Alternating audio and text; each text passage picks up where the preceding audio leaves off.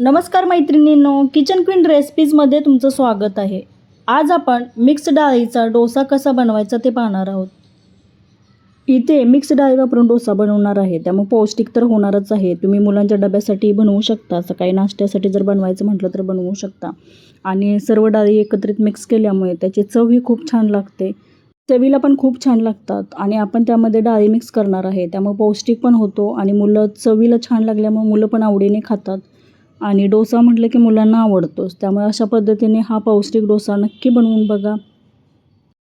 तर मग रेसिपीला सुरुवात करूया। 2 वाटी तांदूळ घेतलेला आहे, त्यासाठी पाव वाटी उडदाची डाळ घ्यायची आहे, 2 चमचे मुगाची डाळ, 2 चमचे हरभऱ्याची डाळ आणि 2 चमचे तुरीची डाळ घ्यायची आहे आणि 1 चमचा आपल्याला मेथी लागणार आहे।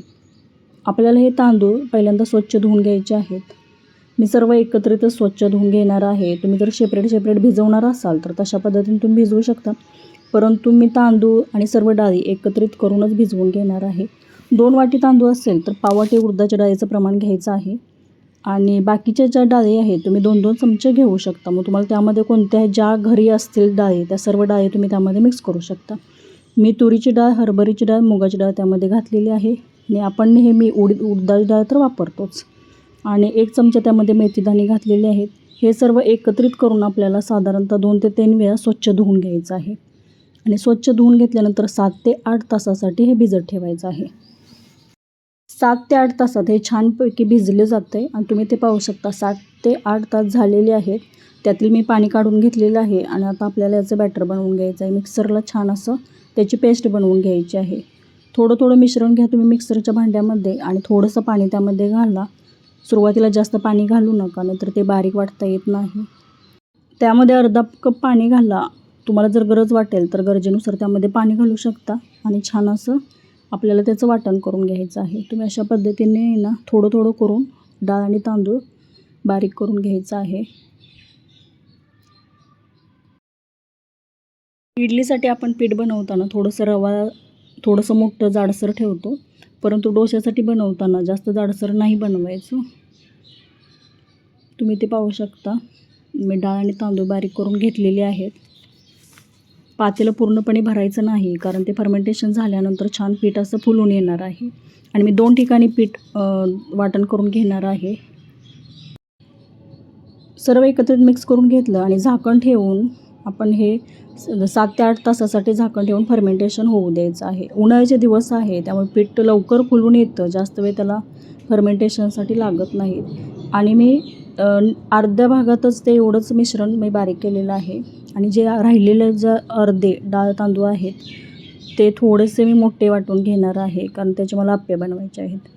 तुम्ही पाहू शकता डोश्यासाठी जे पीठ आपण फर्मेंटेशन करण्यासाठी ठेवलेलं 7 ते 8 तासानंतर पीठ छान असं फुलून आलेलं आहे। तुम्हाला गरज वाटली तर त्यामध्ये थोडंसं पाणी घाला। यामध्ये थोडंसं पाणी घालण्याची गरज होती। चवीनुसार त्यामध्ये मीठ घातलेलं आहे। मीठ घातल्यानंतर थोडंसं मिक्स करून घेतलं आणि साधारणतः अर्धा कप त्यामध्ये मी पाणी घातलेलं आहे। त्यामध्ये अर्धा कप पाणी घातलं आणि थोडंसं मिक्स करून घेतलेलं आहे। तुम्ही इथे कन्सिस्टन्सी पाहू शकता। अशा पद्धतीने आपल्याला डोश्यासाठी बॅटर लागणार आहे। बॅटर पण छान असं फुलून आलेलं आहे। गॅसवरती तवा गरम करण्यासाठी ठेवलेला आहे आणि पळीमध्ये थोडंसं बॅटर घेऊन अशा पद्धतीने पसरून घ्यायचं आहे। डोसे बनवत असताना तवा छान तापल्यानंतरच त्याचे डोसे बनवायला घ्यायचे, नाही तर तव्याला चिकटतात। आणि थोडंसं झाकण ठेवून 1 मिनिटासाठी त्याला वाफ द्यायची आहे।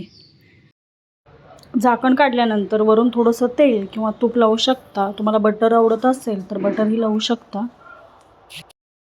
डोसा छान असा भाजलेला आहे, आता आपण तो एका प्लेटमध्ये काढून घेऊया।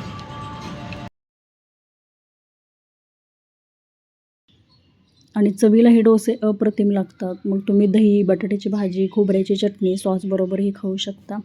अप्रतिम चवीला लागणारे डोसे या पद्धतीने नक्की बनवून बघा। राहिलेले डोसेच मी अशा पद्धतीने बनवून घेतलेले आहेत।